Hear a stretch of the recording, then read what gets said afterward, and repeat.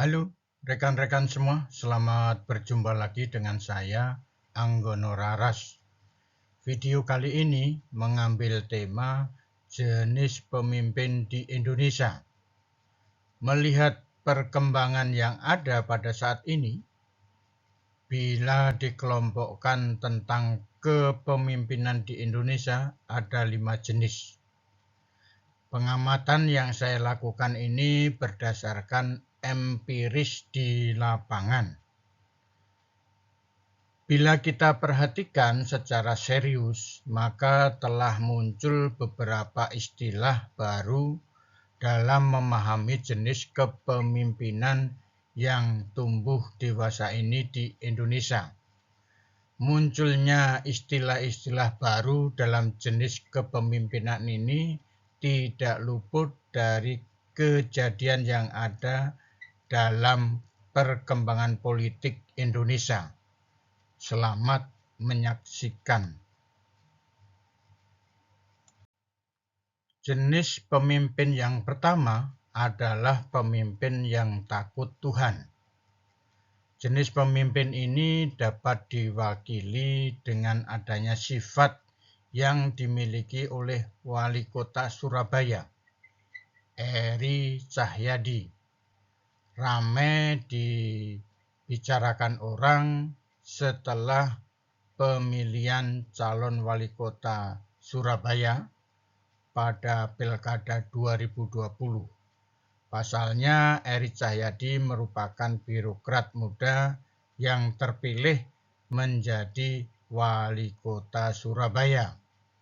Eri Cahyadi lahir di kota Surabaya pada tanggal 27 Mei 1977. Dia merupakan anak kedua dari 3 bersaudara dari pasangan Urip Suwondo dan Mas Ayu Esa Aisyah. Ayahnya seorang pegawai negeri sipil di kota Surabaya dengan jabatan terakhir sebagai Kepala Sub Bagian Keuangan. Kejadian yang membuat Eri Cahyadi viral pada saat dia memarahi ASN, ingatkan tak lakukan pungli, siap pidanakan pelanggar. Jangan pernah membuat susah masyarakat Surabaya. Carilah rezeki dengan halal, karena mati tidak membawa harta, hanya amalan yang diperbuat. Berikut ini adalah jenis pemimpin yang kedua, adalah pemimpin yang disayang warga. Jenis kepemimpinan ini dapat diwakili oleh Kades Kali Asri yang bernama Gaguk. Dia menjadi viral di TikTok karena unggahan video dirinya di demo warga yang memintanya kembali menjadi pemimpin mereka.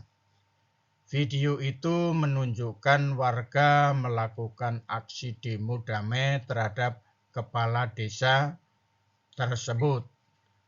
Warga meminta agar Gaguk, Kades Kali Asri, Kecamatan Kalipare, Kabupaten Malang, Jawa Timur, mau kembali memimpin mereka untuk periode berikutnya. Gaguk diminta warga untuk tetap duduki kursinya sebagai Kades Kali Asri karena dianggap berhasil membangun desa dan mampu menjadi teladan warga. Ia awalnya menolak untuk mencalonkan diri kembali dalam pemilihan Kades periode 2023 sampai 2028. Hal yang istimewa pada Gaguk, dia tidak mau ambil gaji, tidak formal, dan kalau pergi ke kantor, dia naik sepeda ontel. Merupakan pemimpin yang menjadi panutan warganya. Jenis pemimpin yang ketiga adalah pemimpin petugas partai. Hal ini terjadi ketika Ketua Umum PDIP menyebut Capres Ganjar Pranowo sebagai petugas partai. Ganjar pun menerima dan memaklumi bahwa petugas partai harus tunduk dan mengikuti perintah ketua umumnya. Pemimpin petugas partai itu layak disebut pada saat dia bukan presiden. Tetapi pada saat petugas partai tersebut menjadi presiden, maka petugas partai tersebut sudah hilang karena presiden itu kepala negara dan kepala pemerintahan bagi seluruh rakyat Indonesia. Pada saat seorang petugas partai, tentunya bila di lingkungan internal partai, jangan merendahkan jabatan presiden di forum nasional.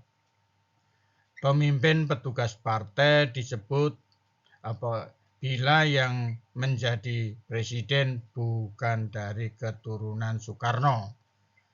Pemimpin petugas partai ini adalah konotasi lebih rendah dari pengurus partai. Jenis pemimpin yang keempat adalah pemimpin yang tidak percaya akhirat. Ketua Umum PDIP menyampaikan pidato politik saat ulang tahun PDIP ke-44 pada 10 Januari 2017. Dalam pidatonya, Mega menyindir para ulama penganut ideologi tertutup yang disebut para peramal masa depan atau akhirat. Para pemimpin yang menganut ideologi tertutup pun memosisikan diri mereka sebagai pembawa self-fulfilling prophecy, para peramal masa depan. Mereka dengan fasih meramalkan apa yang terjadi di masa yang akan datang, termasuk dalam kehidupan setelah dunia fana. Padahal notabene mereka sendiri tentu belum pernah melihatnya, kata Mega dalam pidatonya tersebut. Jadi harus mengalami kehidupan akhirat dulu, baru cerita di dunia. Selanjutnya, jenis pemimpin yang kelima adalah pemimpin cerdas. Dapat diwakili oleh Anies Baswedan. Standar utamanya adalah mempunyai pendidikan resmi yang paripurna, mulai dari pendidikan dasar, menengah, pendidikan tinggi, dan pasca sarjana. Pendidikan ini mengajarkan pada seseorang tentang logika berpikir, etika berkomunikasi, dan mengikuti aturan atau undang-undang yang berlaku. Mampu membuat target yang terukur. Ucapan seorang pemimpin cerdas dapat dipertanggungjawabkan. Ucapan itu adalah janji. Seorang pemimpin cerdas dapat dilihat antara ucapan dan tindakannya sama, mampu membedakan antara yang benar dan salah, halal dan haram, bertanggung jawab terhadap beban yang diembannya, mampu berdiri di atas semua golongan, tidak ingkar janji, dan bohong dalam perkataannya. Semoga bermanfaat.